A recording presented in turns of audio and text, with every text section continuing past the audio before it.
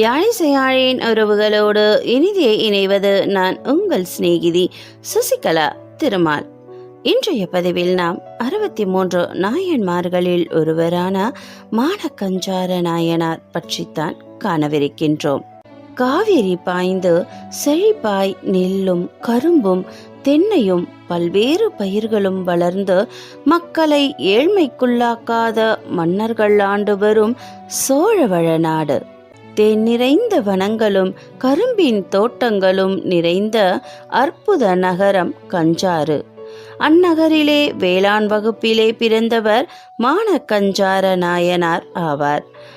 ஆம், ஏராளமான நிலங்களுக்கு சொந்தக்காரர், பெரும் செல்வந்தர்.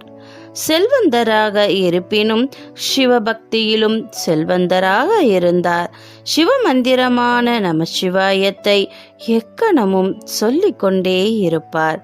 சிவனடியார்கள் தன் இல்லம் நோக்கி வந்தால் அவர்களை தொழுது வணங்கி அவர்களுக்கு வேண்டிய உதவிகளை செய்து அன்புடனும் மன திருப்தியுடனும் வழி அனுப்பி வைப்பார். பல நற்குணங்களை கொண்டிருக்கும் அவருக்கு செல்வம் குவியல் குவியலாய் இருந்தும் மக்கள் செல்வம் இல்லாதது அவருக்கும் அவர் மனைவிக்கும் பெரும் துயரத்தை கொடுத்தது. ஒரு நாள் இரவு சிவபெருமானிடம் தம்பதிகள் இருவரும் தங்களுக்கு மக்கள் செல்வத்தை கொடு என்று கண்ணீர் விட்டு அழுதனர். பக்தனுக்கு மனமிறங்கிய இறைவன் அவர்களுக்கு பெண் குழந்தையை வழங்கினார். தம்பதிகள் மகிழ்ந்தனர். இறையருளால் பிறந்த பெண் குழந்தையை மிகவும் அன்புடன் வளர்த்தனர். மகள் தக்க வயதில் பருவமெய்தினாள். அக்கால வழக்கப்படி அவளுக்கு திருமணம் செய்து வைக்க பெற்றோர் முடிவு செய்தனர். பல இடங்களில் தேடி இறுதியில் சிவபக்தர் ஏயர்கோன் கலிகாமர் என்பவரை மகளுக்கு மணமகனாக அமைத்தார். தனக்கு மணமகனாக சிவபக்தர் கிடைத்ததில் பெரும் மகிழ்ச்சியடைந்தார். திருமண நாளும் வந்தது. தன் அடியானை சோதிக்க விரும்பினார் இறைவன். சிவபெருமான் சிகை நீக்கிய தலை, திருநீரப்பிய முகம், எலும்புகளை சரமாய் கோர்த்து கழுத்தில் தொங்கவிட்டிருந்தார்.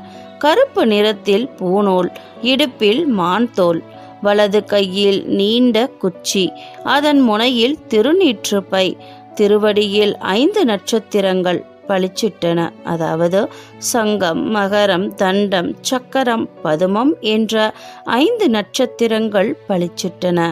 தவசியை போன்ற கோலத்தோடு மானக்கஞ்சாரரின் இல்லத்தை நோக்கி நடந்தார். அவரின் இல்லமோ கல்யாண கலை கட்டியிருந்தது. சிவகோலத்துடன் தன் இல்லத்திற்குள் நுழையும் சிவபெருமானை அன்புடன் வரவேற்ற நாயனார், வாருங்கள் சிவனடியாரே என்று அவரின் காலில் விழுந்து வணங்க, அவரை நீடூடி வாழ்க என்று வாழ்த்திவிட்டு, இங்கு என்ன விசேஷம் என்று கேட்டார் சிவபெருமான். நாளை என் மகளுக்கு திருமணம். அதற்கான மங்கள நிகழ்ச்சிகள் நடந்து கொண்டிருக்கின்றன. தாங்கள் நல்ல பசியோடு வந்திருக்கிறீர்கள், அமுது உண்ண வாருங்கள் என்று அவரை அழைத்தார் நாயனார். முதலில் தங்கள் மகளை அழையுங்கள், அவளை ஆசிர்வதிக்கின்றேன் என்றார் சிவபெருமான். மகளை அழைத்தார் நாயனார். அவள் வந்து சிவபெருமான் முன் நின்றாள். மகளே, சிவனடியார் காலில் விழுந்து ஆசிர்வாதம் பெறுவாயாக என்று தந்தை கூற அவள் சிவபெருமான் காலில் விழுந்தாள். அவளை பல்வளம் பெற்று பாங்குடன் வாழ்க என்று வாழ்த்திய சிவபெருமான் நாயனாரை பார்த்து, நாயனாரே, நான் கேட்பதை மறுக்காமல் கொடுப்பீரா என்று கேட்டார். சிவனடியாரே, தாங்கள் எதை கேட்டாலும் கொடுக்க தயாராக இருக்கிறேன் என்றார் நாயனார். மறுக்க மாட்டீர்களே? அந்த பழக்கம் என்னிடம் கிடையாது. என் உடம்பில் உள்ள கரிய முடியாலான இந்த பூநூல் மிகவும் பழையதாகி பாழ்பட்டு விட்டது. எனவே தங்கள் மகளின் நீண்ட கூந்தலை கொடுத்தீர்களே ஆனால் மிகவும் பயனுள்ளதாக இருக்கும் என்று கேட்டார் சிவபெருமான். ஹட, அவ்வளவுதானே என்ற நாயனார் உள்ளே போனார். கத்தியுடன் வெளியே வந்தவர் மகளின் தலைமுடியை நறுக்கி பெருமானிடம் வழங்கிய அடுத்த நொடி சிவபெருமான் உமையம்மையுடன் தோன்றி, நாயனாரே, பெண்களுக்கு மிகுந்த அழகை தரும் கூந்தலை, அதுவும் திருமண நேரத்தில் நான் கேட்டதும் நறுக்கி கொடுத்ததிலிருந்து என் மீது தாங்கள் கொண்டிருக்கும் பக்தியை அறிந்தேன். உமது பக்தியை உலகிற்கு அறிவிக்கவே சிவனடியார் வடிவில் வந்தேன். உமது காலம் முடிந்ததும் கைலாயம் வருவாய், கவலையின்றி வாழ்வாய் என்று கூறிவிட்டு மறைய மகளின் முடியும் வளர்ந்துவிட்டது. ஈசனே காட்சி தந்தது நாயனாருக்கு பெரும் மகிழ்ச்சியை தந்தது. தொடர்ந்து சிவதொண்டு புரிந்த அவர் சில வருடங்கள் வாழ்ந்துவிட்டு கைலாயம் சென்றார். திருச்சிற்றம்பலம்.